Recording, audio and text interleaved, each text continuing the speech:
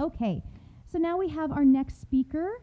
I'm really excited to have Victoria Moran here. I have been an admirer of hers for a very long time, but have never had the privilege of hearing her speak, so I'm very excited that she's here.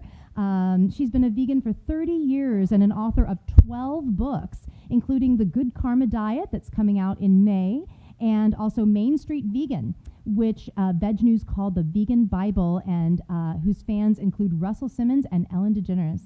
A professional speaker and two-time Oprah guest, Victoria is a certified holistic health counselor and holds the T. Colin Campbell E. Cornell certification in plant-based nutrition. She is the director of Main Street Vegan Academy, which is a 6-day intensive in New York City to train and certify vegan lifestyle coaches and educators. And we're just so glad that she came all the way here from New York. Please help me welcome Victoria Moran.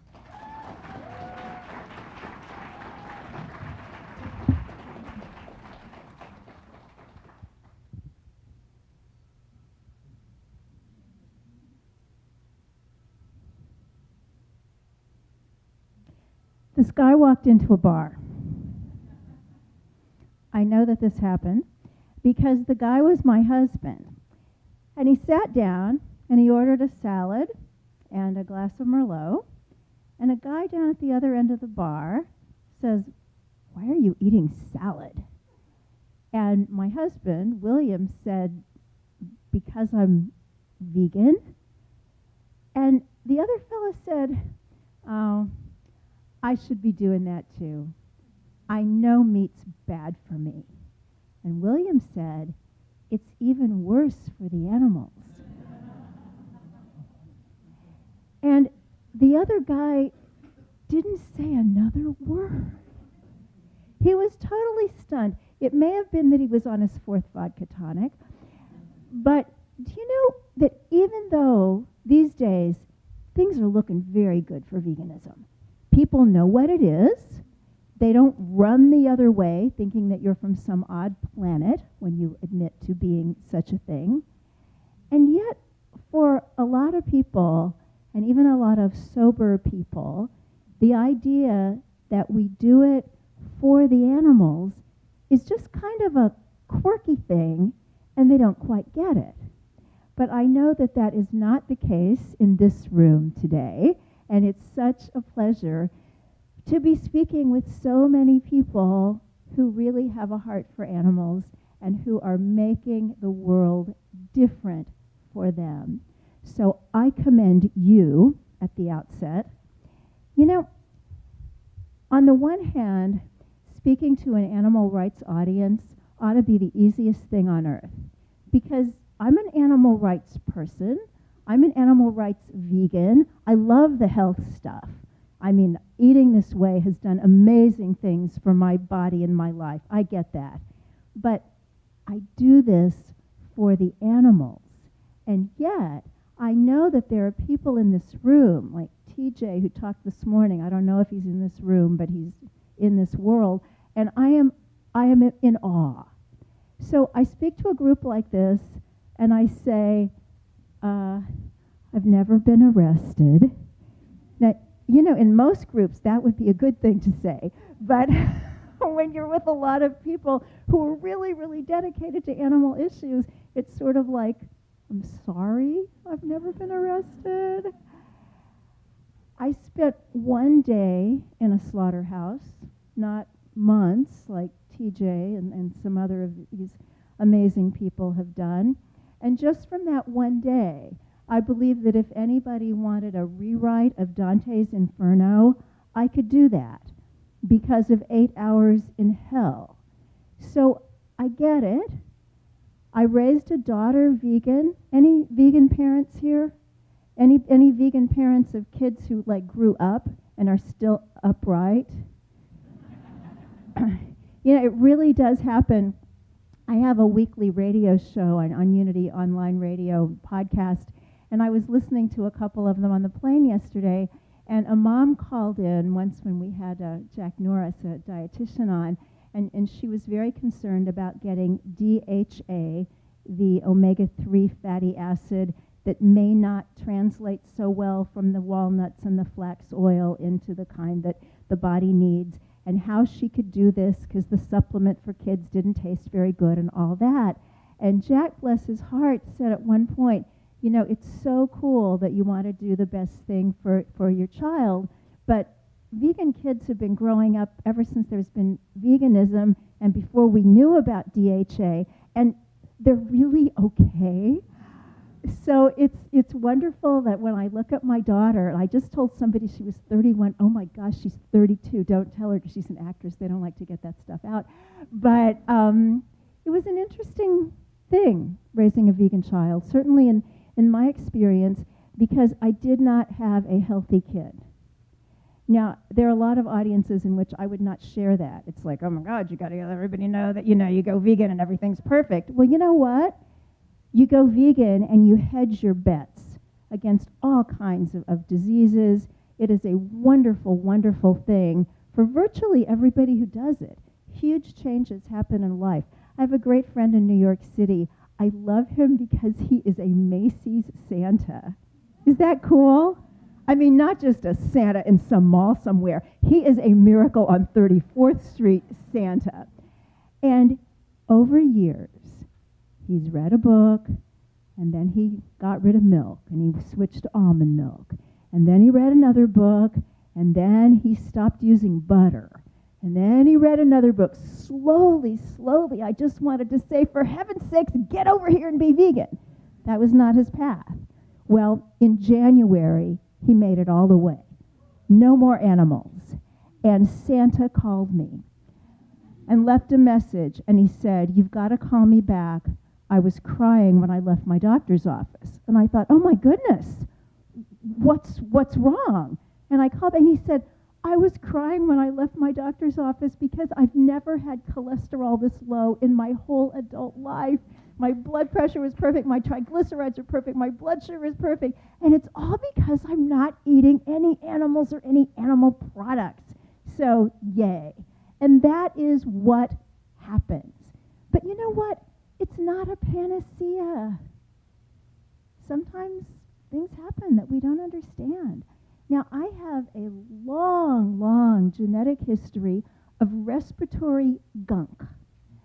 In my father's family, it was so bad that he managed to work his way through medical school as an auto worker in Detroit in the 1930s. Isn't that historic? He was in the sit-in strike.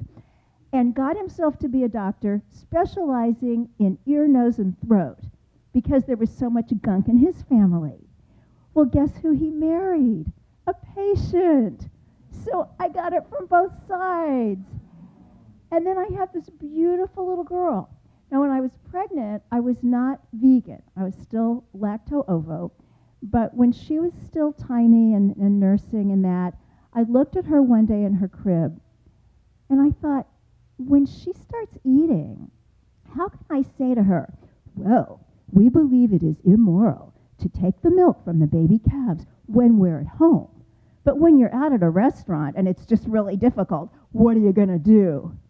And it was like, do you really believe that? How can you tell an innocent child that? So that was how, in 1983, I finally made the leap and went vegan. But you know what? I didn't have a healthy kid. She had all sorts of bronchitis and asthma and stuff like that. Now, people have told me, vegan doctors have said, if you were giving her milk, she might not have lived through her childhood. But still, it was really, really rough. And sometimes people criticized me for raising a vegan child. And that's difficult. Who's a parent? Who's a parent? You know how you bring the guilt home from the hospital and you just carry it for the rest of your life? It's a big deal. But what I can see now, even after going through all that, even having some people criticize my choice, not that I think anybody has ever said that eating animal products would cure respiratory illnesses, but I see her today and I am in awe. What do vegan kids do when they grow up? Well, they do all kinds of things. In her case, she's an actress and a stunt performer. She is the stunt double for the young Bruce Wayne on Gotham, which is pretty cool. So despite the fact that she had a lot of illness growing up, she is able to be blown up, set on fire, and jump off buildings. Not too bad. She's also a wildlife rehabilitator licensed by the state of New York and has started with colleagues of hers New York City's first rehab for wild mammals, Urban Utopia Wildlife. Now, when we're talking about good karma, that's the name of my talk, that's the name of a book that I have coming out next month. What does that mean? Well, I'm going to tell you a little good karma story about my daughter, Adair. We all live in New York City. We're from the Midwest, and we had this big dream. You know, Toto, we're not in Kansas anymore. So we went to New York. Bad idea. These last 2 winters, I think, you know, the next time you have a dream, send yourself west and south. But anyway, we're in New York. Now, nobody in New York has a backyard. I mean, we have Broadway, and we've got Greenwich Village, and we've got Central Park. But if you want to grow an apple tree of your very own, move to the suburbs. Well, my daughter and her husband, when they first got married, bought this little awful co-op. I actually thought maybe I could do one of those grandparents' rights petitions and say, my granddogs deserve a better apartment than this. But I didn't do that. And after 5 years, they sold their little awful apartment, and they bought this beautiful, sweet condo in Harlem with a yard, like a real yard. And at first they thought, nice, the dogs have a yard, we'll have a garden, we'll plant a couple of fruit trees, all good. But because they had a yard, whenever somebody found an injured squirrel or a bunny or a possum, guess where they brought the squirrel or the bunny or the possum? So Adair figured she better learn how to take care of these guys. So she took the training, got the licensure to be a rehabber, and now this world has opened up for the animals. Now, I know we all have different ways of seeing the world, different belief systems. I'm one of those people who thinks rather mystically, which, good Lord, if you can't admit that in Berkeley, where on earth can you admit it? My degree is in comparative religions, so I really do think there are kind of laws of the universe and things that we don't necessarily understand, but that actually have some bearing on our lives. So when I look at my daughter and my son-in-law and their amazing real estate good luck, I just have a sense that something in the universe knew if they got the apartment with the yard, somebody else is going to be helped. These animals are going to be helped. I believe that that's why it happened. I have a good karma story myself. Back in 2011, I'm working on my book, Main Street Vegan, and I knew it was called Main Street Vegan because I had this just overwhelming inspiration that that was what I was supposed to write, that I was supposed to write something for people who were just starting out, and they weren't like leftover punk rockers or old hippies or celebrities with chefs. They were just people, you know, people with jobs and mortgages and who watch reality TV when nobody's looking, that kind of thing. And yet the publisher said, oh, we hate Main Street. It sounds like the Tea Party. And somebody said later, well, 5 years ago they would have hated vegan. So maybe not so bad, but I didn't know what to call this book. So my husband and I one day are walking up Broadway, minding our own business, and there is Michael Moore signing autographs. Now, I happen to know that Michael Moore had read one of my earlier books, and he liked it, and he wrote about it in Oprah's magazine. So, not wanting to be like a groupie or anything, I just gave my card to this woman who was with him and said, oh, he liked one of my books, just tell him hello. 10 seconds later, I hear, Victoria! And Michael Moore is chasing us up Broadway, stops and says, we need to talk. We need to talk about food. So we started doing that. And in one of these conversations, one evening, I said, oh yeah, this book I'm writing, it's supposed to be called Main Street Vegan. Publisher can't stand Main Street. He said, they're wrong. Let me talk to them. So there was a three-way call with my editor, an Academy Award winner, and me. He convinced her. She convinced the higher-ups. I got my title. Thank you. But it wasn't that I got my title, because who cares what happens to me? I am one person in billions. But do you know what happened as soon as I knew that that was the title? First thing that happened was my husband and I were just brainstorming in our dining room. Well, wow, there could be Main Street this and Main Street that and Main Street blah, blah, blah. And then Main Street Vegan Academy, training vegan lifestyle coaches. Oh my gosh. Well, I didn't know the first time we did the academy that it was going to actually work. I didn't know if anybody would come. But people came. People have come now from 9 countries. And they're out there in the world lecturing, teaching, coaching, counseling. One woman has a cowboy boot company. She's from Dallas. It's called Kick Butt Boots. Kick leather in the ass. Don't you love it? So, thank you. So these things happen. 2 weeks later, I got a call from the Unity Radio people. They said, you want to do a radio show? It's time we get back to our roots. Because Unity, if you haven't heard of it, is a religious organization founded in the 1800s by people who were very vocal vegetarians. And then as other people took over and this time passed, they kind of lost that. And the woman calls from the radio station and said, it is time we get back to our roots. Whoa. So when I see that kind of stuff, it looks like good karma to me. And I think that what happens, in all seriousness, is that when we really want to do something that isn't just for us, that really is going to ripple out, and that is going to help somebody that cannot do a thing for us. Ann Landers actually said that. She said the greatest thing that you can do is be of service to somebody who cannot do one thing for you. But the one thing that these animals do for me, these animals that I will never meet and never know, is they give me this incredible feeling of somehow being worthy of the air I breathe and the space I take. And that feels pretty darn good.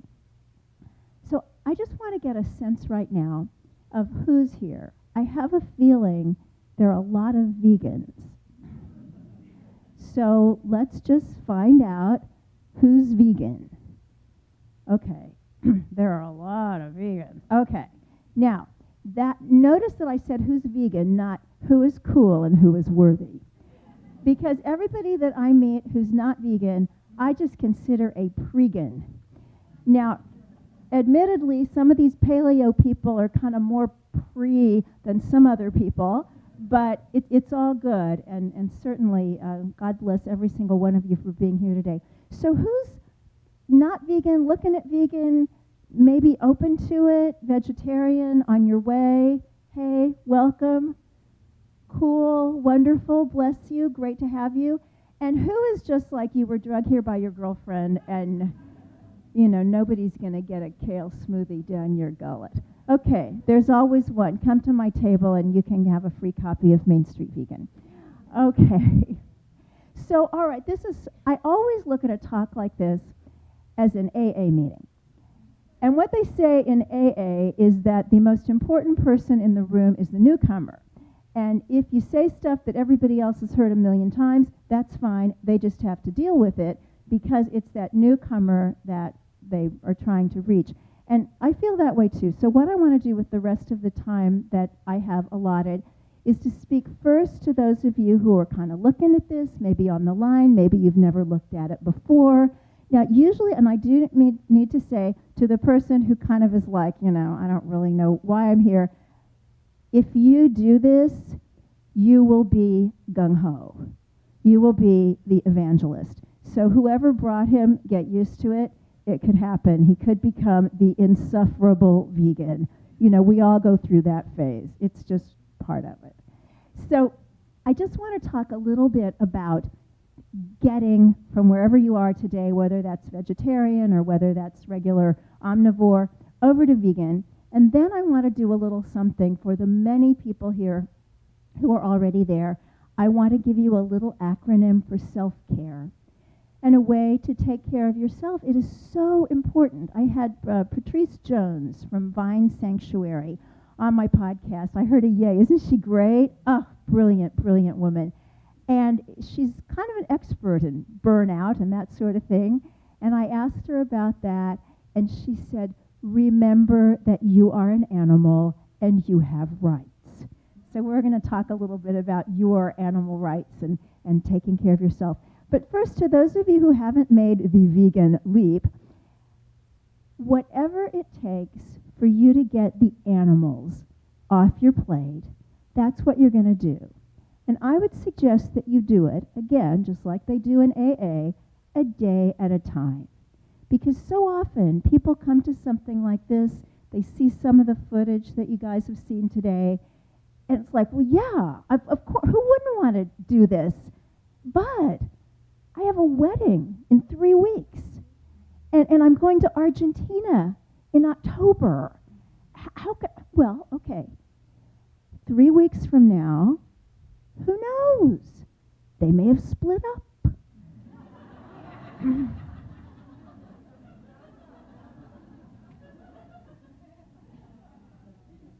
Or you may have come up with the nerve to say, can you have something vegan for me at the wedding?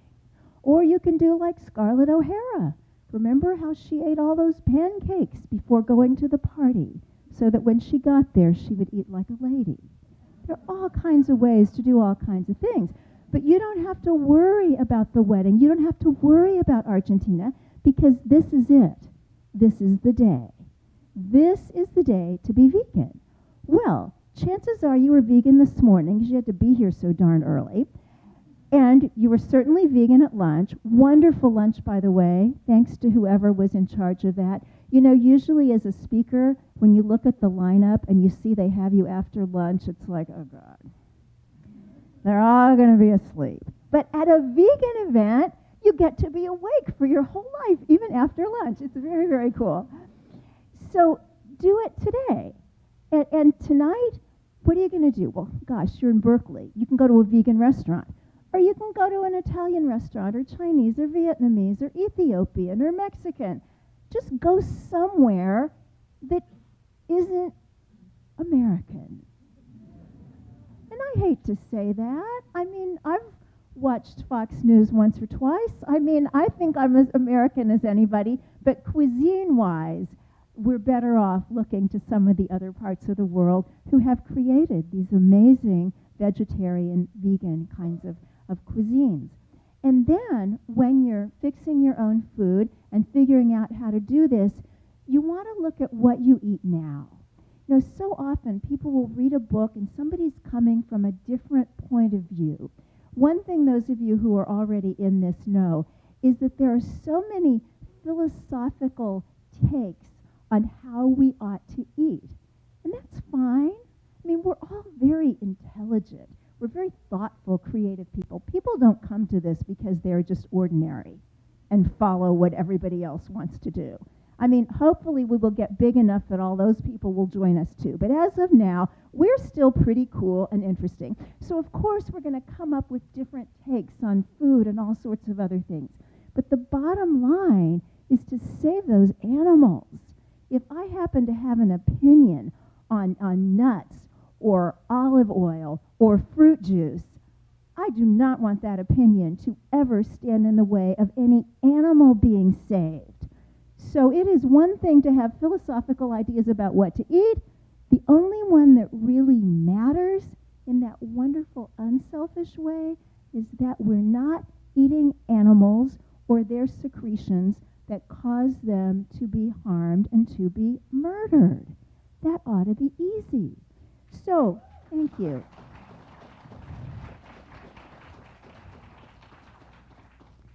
So people will always say, "Ew, I know these vegans," and they want to eat like fake hot dogs. Ew. Well, I mean, a hot dog that's not fake is pretty nasty. But of course, if you liked hot dogs, it would be nice to have a hot dog. If you grew up on hot dogs, you're going to think a hot dog tastes good.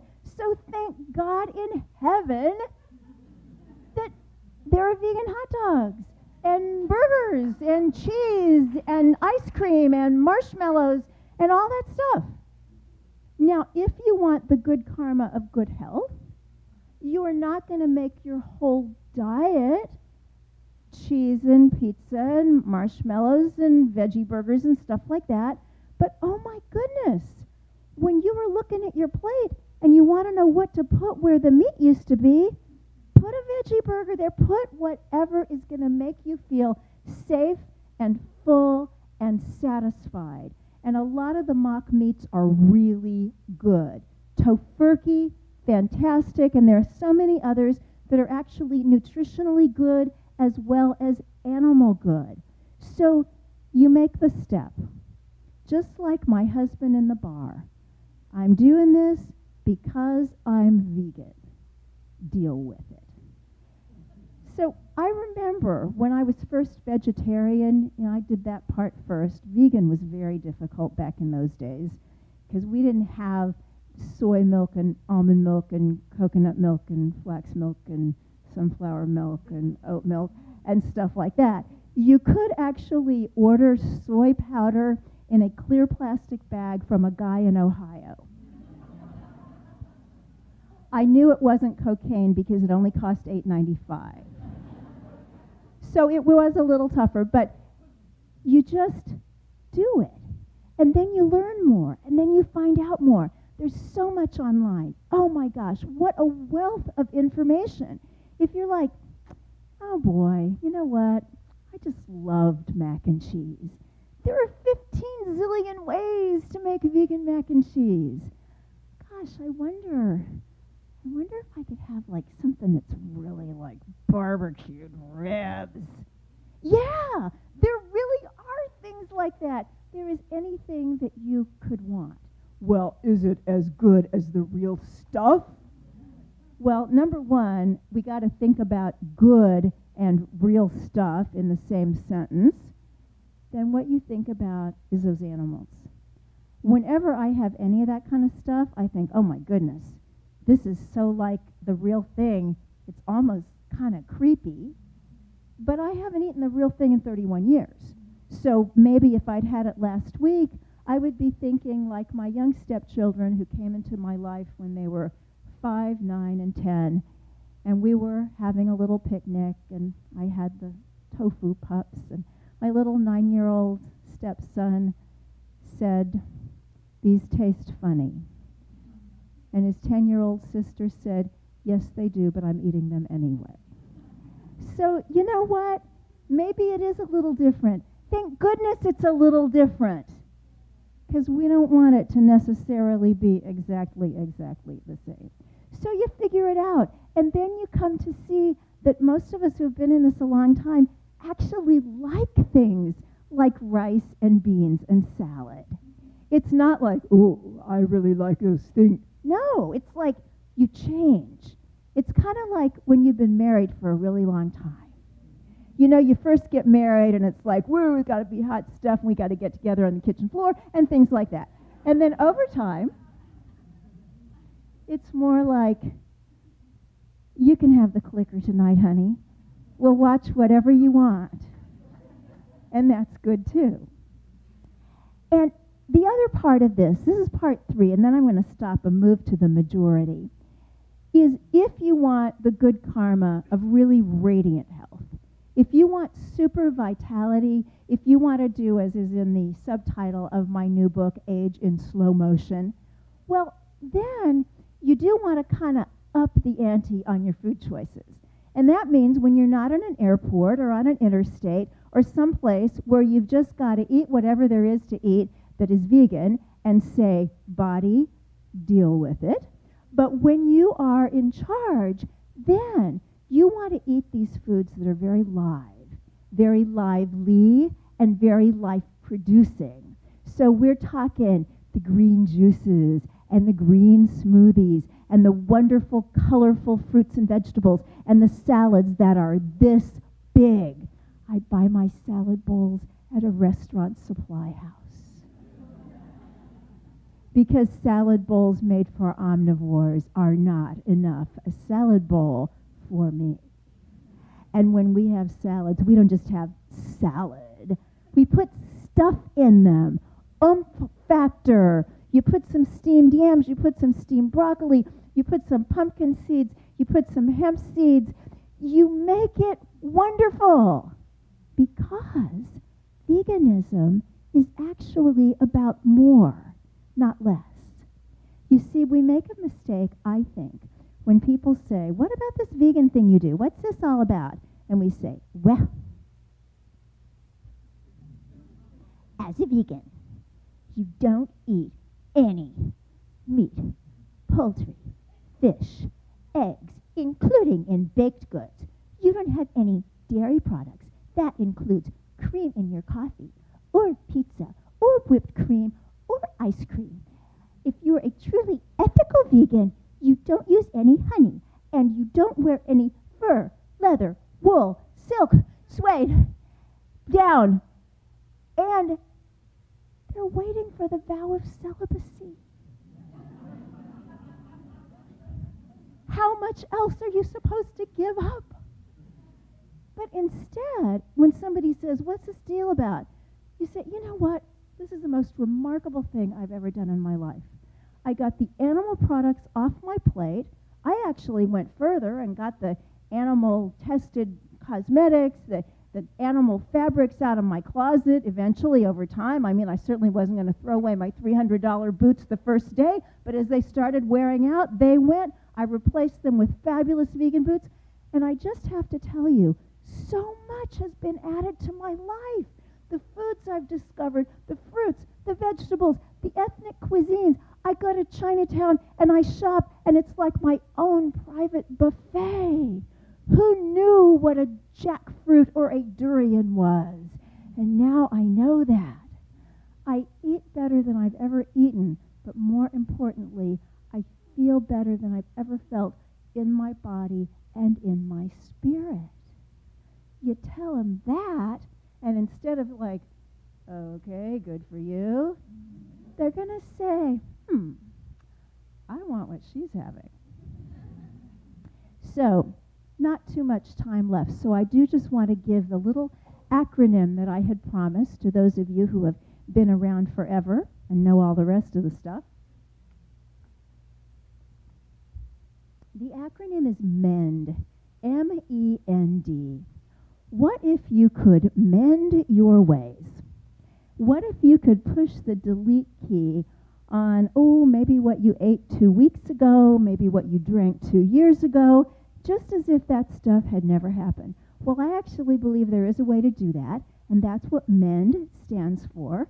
M is for meditation, E is for exercise, N is for nourishment, and D is for detox.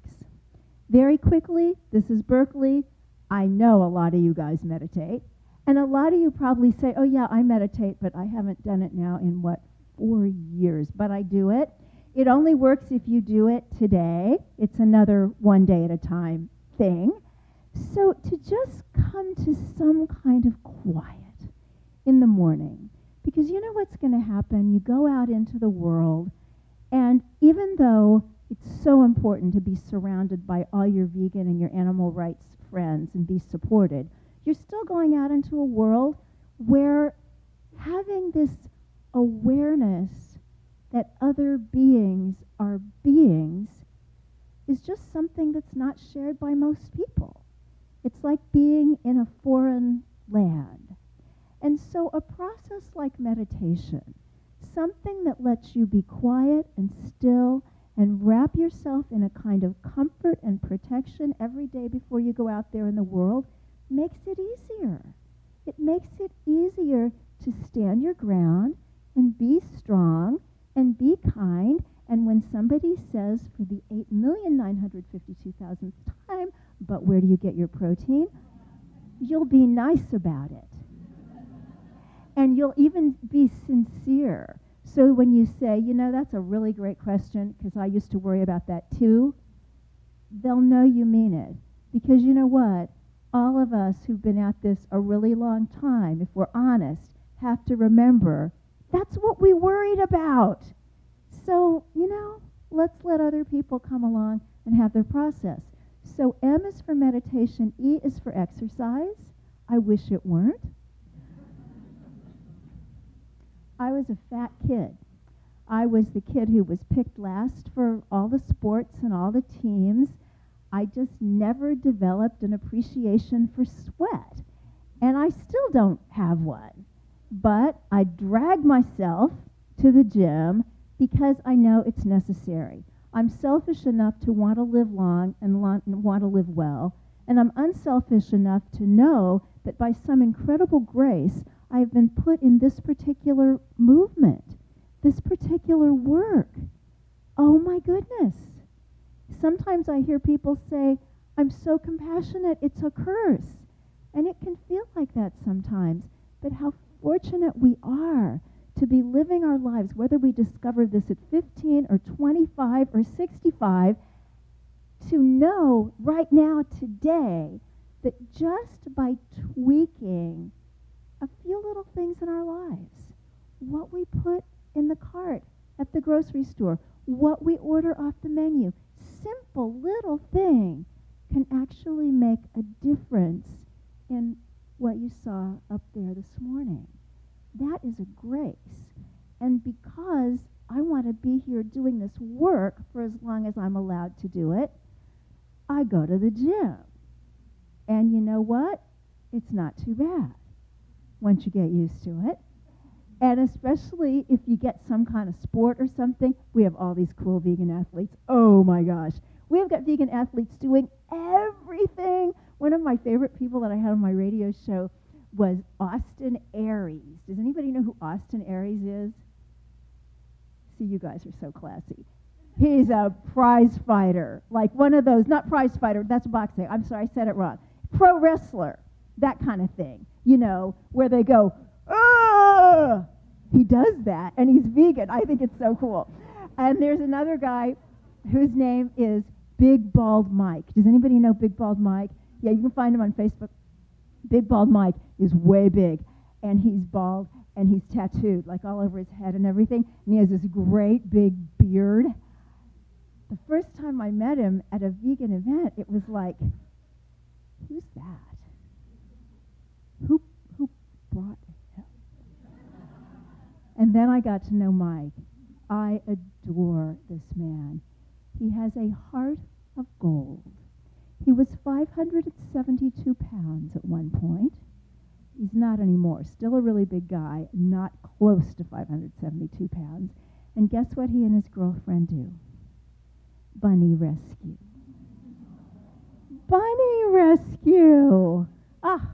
One of the things in the Good Karma diet, I have good karma stories of other people who believe that changing their diet brought good karma into their lives. So Big Bald Mike's story is in there. Patty Brightman, who is just one of my mentors and great friends, her story is in the book. I'm so grateful to have these wonderful friends and colleagues. So anyway, Big Bald Mike is an arm wrestler. So we got arm wrestlers. We have got pro wrestlers. We've got prize fighters. We've got marathon runners. We've got ultra marathoners. It's cool. Well, what do? I go to the gym. I put up with it. I leave. I'm glad to leave. But the acronym MEND starts with an acronym within an acronym, ME.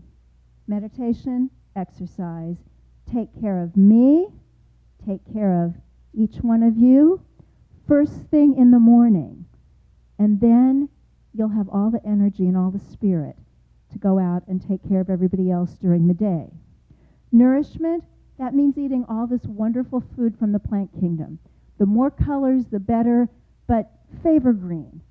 Lots of green, splashes of other bright colors.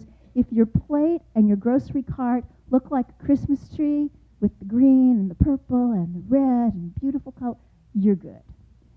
And the reason I say nourishment instead of nutrition is nutrition sounds like little bottles in the GNC. And yeah, as vegans, we need to be taking B12, we know that. And sometimes people will say, it breaks my heart, we have to take B12 because I thought this was the perfect diet. Well, yeah, I kind of think it's perfect to live in Manhattan and I have this really big mortgage. It's just part of it. So you take the B12. And I know if somebody's in here thinking, yeah, but if we're really supposed to be vegan, why do we need B12? Do you know that back in history, prehistoric, long time ago, we didn't need vitamin C? We were just like a cat or a dog. We didn't need vitamin C. Well, now we do. Maybe there was a time when we didn't need B12. I don't know. Maybe there was a time you could live in Manhattan and not pay a big mortgage. But today is what it is. We take B12. But basically, when I look at what I eat, it's not so much about nutrition. It's about nourishment. It's about color and beauty and comfort and knowing that everything I eat is saving somebody's life. And how could it be better than that? And finally, D in MEND is detox. And that just means don't poison yourself. So one way to not poison yourself is not eat a bunch of animal food that's had all this awful stuff put into it with the antibiotics and the hormones and whatnot, not to mention the fear chemicals.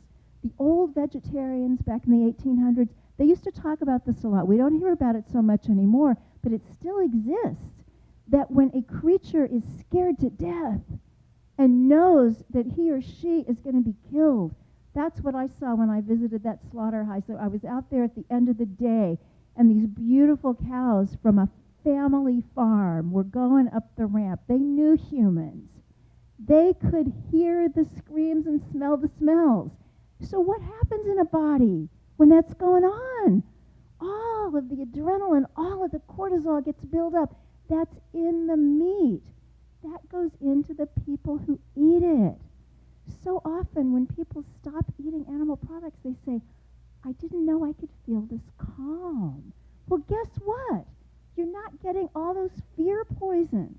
Great way to detox. Another great way to detox is get rid of the toxic waste dump underneath your sink. All that fumey stuff was tested on animals anyway, so you get rid of it, you use the natural stuff, or you get all Martha Stewart-like and you make your own out of white vinegar and club soda. It's very, very cool.